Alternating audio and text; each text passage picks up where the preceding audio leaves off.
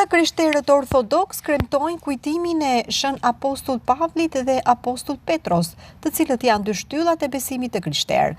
Gjithashtu festohet dhe Katedralja Ortodokse e qytetit që mban emrin Apostull Pavli dhe Shën Asti. Apostull Petro ishte ndër 12 apostujt e Krishtit, ai mori pjesë aktive në të gjithë veprimtarinë 3 vjeçare të Zotit Krisht. I mbushur në shpirtin e shenjtë, ditën e Pentikostis pretitoi në këtë mënyrë sepse 3000 persona u drejtuan, pranuan Krishtin si shpëtimtarin e tyre dhe u pagëzuan.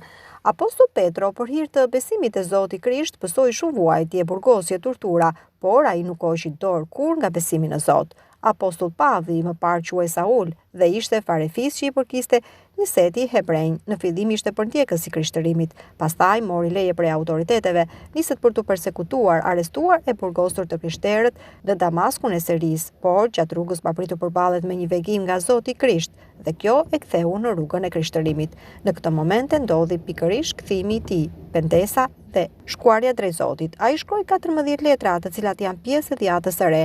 Në një prej këtyre letrave, ai shpalosi dijet e tij të thella në lidhje me mësimdhënien dhe moralin e krishterë. Edhe Apostull Pavli, si apostujt e tjerë, përsoi shumë vuajtje për hir të krishtërimit. Burgoset disa herë, shumë herë të tjera torturohet, disa herë i ngritën prit për ta vrarë, i burgosur vjen në Rom dhe ku predikon me kucim fjalën e Krishtit. Sipas traditës, Apostull Pavli martirizohet me prerje të kokës në Rom në vdekjen e perandorit Neron. Në traditën ortodokse ndodh jo pak herë që dy shenjtorë të festojnë në të njëjtën ditë, madje edhe që kanë bashkëpunuar për festën e sotme. Apostulli tjetër u shpreh në një nga letrat e tij se mentohet se ka qenë predikuar edhe në Troje tona. Apostull Pavli ka ardhur, ka predikuar dhe ka mbështetur komunitetin e krishterë të Turksit. Edhe toponimi Kepi i Palit në Porto Romano të Spitalës na shtyt të besojmë se ky apostull ka qenë deri këtu. Madje studimet historiko-teologjike mbrojnë idenë e ardhjes dy herë të Apostull Pavlit në Iliri dhe madje në Durrës.